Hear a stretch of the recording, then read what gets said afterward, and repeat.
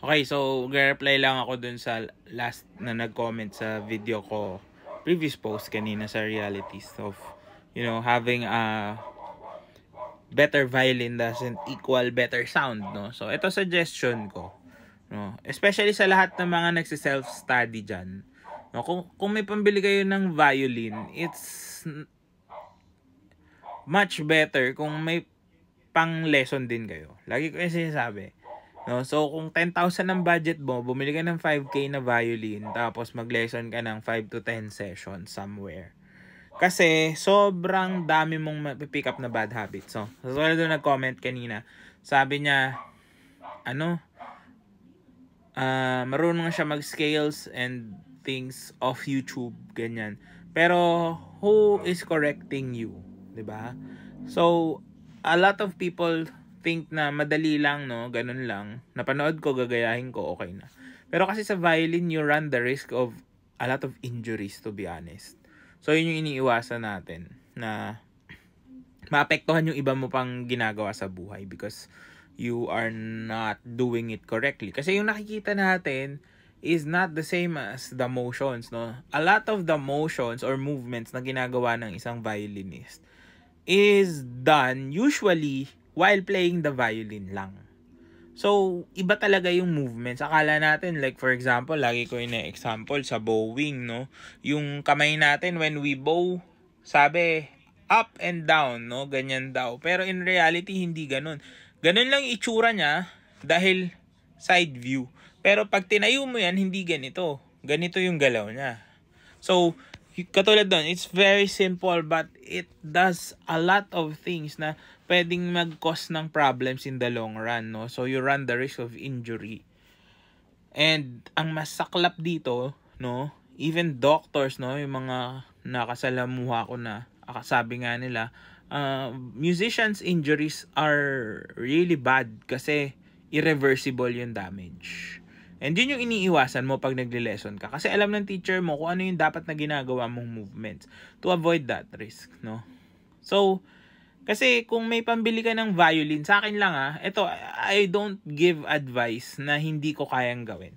Sa akin lang, kung may pambili ka nga ng instrument, you might have the budget also to afford lessons, no? Ang common kasi na ginagawa dito sa atin dahil nakabili ng violin, YouTube na lang. Tsaka na ako magle-lesson pag magaling na ako or pag marunong na ako, which is wrong. Kasi yung formative moments, like yung beginning stages kasi, doon mo makukuha kung ano yung dapat mong gawin na tama o mali, 'di ba? So ang ending, yun, based on my experience, so with all the students I've taught, nag-aral na ng violin, let's say 2 or 3 years na siyang self-study. Pagdating sa akin ng inassess ko, wala, back to zero kami kasi mali-mali yung movements, no? May mga bowing, ganyan gumalaw, 'di ba? Or yung daliri nila, ganyan, no? Tawag natin diyan banana fingers or spaghetti fingers or whatever. 'Di ba? Babaguhin mo yun mali kasi. And ang masaklap nun, sobrang hirap, especially for adult beginners, no? Kasi isipin mo, for 3 years mo siya nang ginagawa. Akala mo tama. Pero in reality, mali. Number one, mahirap siya tanggapin, no? Minsan yung iba may ego problems na when it comes to those things. Kasi tagal na nilang alam na pinaniniwalaan nilang tama yun. Tapos babaguhin mo.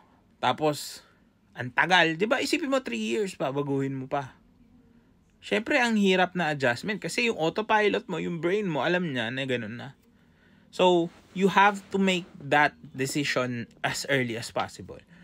So, instead of thinking na mag-enroll ako pag magaling na ako, mag-enroll ka pag magaling ka na, tumigil ka na. That's a much better route to take, no? Especially kung hindi mo kakaririn to. Mag-enroll ka, beginner sessions, tapos pagtapos na, nakuha mo na yung gusto mo, alam mo na yung gagawin mo, meron ka na talagang basic idea of what is happening or how, basic understanding of how your body moves. Yun, tumigil ka na kung talagang satisfied ka na dun. Sige, mag-self-study ka na kasi alam mo na siya. Pero yung magpapagaling ka mag-isa tapos tsaka ka mag-aaral pag magaling ka na, wala, sayang lang yung effort at oras. Sigurado ako, ibabalik ka sa umpisa ng kahit sinong teacher. Kasi, bihirang-bihira na nag-self-study na alam yung ginagawa niya. 'Di ba? Yes, sobrang daming information, but what a teacher does is collect all those information and put you in the right direction kung ano yung dapat mong tignan. 'Di ba? Ako, gumagawa ako ng tutorial videos, yes. But I always say that it's not a replacement for a teacher. Kasi yung teacher mo pa din yung nakakita sa'yo. Ano ba yung kulang sa YouTube? Ano ba yung kulang sa TikTok na hindi kayang ibigay? Which, yun yung feedback. Okay? Yun ang binabayaran mo sa teacher. Kaharap mo siya, sinabi niya sa'yo, mali yung ginagawa mo, ayusin natin, baguhin natin. Kasi ikaw, kahit i-post mo yung video, tinignan mo, yes, nakita mo, tama pa ginagawa ko. But do you have the capacity to assess yourself? 'Di ba? Yung mga professionals kaya nagle-lesson pa din. Kasi minsan bias tayo sa sarili natin, confident tayo sa sarili natin. So you need another person to keep you in check. Okay pa ba yung ginagawa mo? O baka dito sa area na to kailangan mong ayusin. Those are the things that you actually pay for. It's not just about the instruction and the lesson. Yung feedback talaga yung pinaka-importante. And people have been talking about this ever since nag-pandemic kasi nauso nga yung online lessons, yung YouTube, 'di ba? Ang dami. Pero yun yung wala. And that could only happen if you have a mentor or a teacher. So, kung may budget ka pambili ng violin, nagkaroon ka ng violin, I don't think mahirapan ka din naman mag-ipon for lessons. Again, you don't need to take like 20 or 30 sessions. Kunin mo lang yung matuturuan ka ng tama, basics, bowing, proper left hand posture. Yun lang muna. Kung hanggang doon lang yung kaya mong budget, edi okay, at least alam mo kung ano yung tama at mali. Pero yung sasabihin mo, nakatugtog na ka ng scales off YouTube, I don't think that is like, ang hirap din talagang sabihin na okay na yun eh. Ayoko din naman na magbigay ng advice na hindi ko rin susundin sa sarili ko, di ba?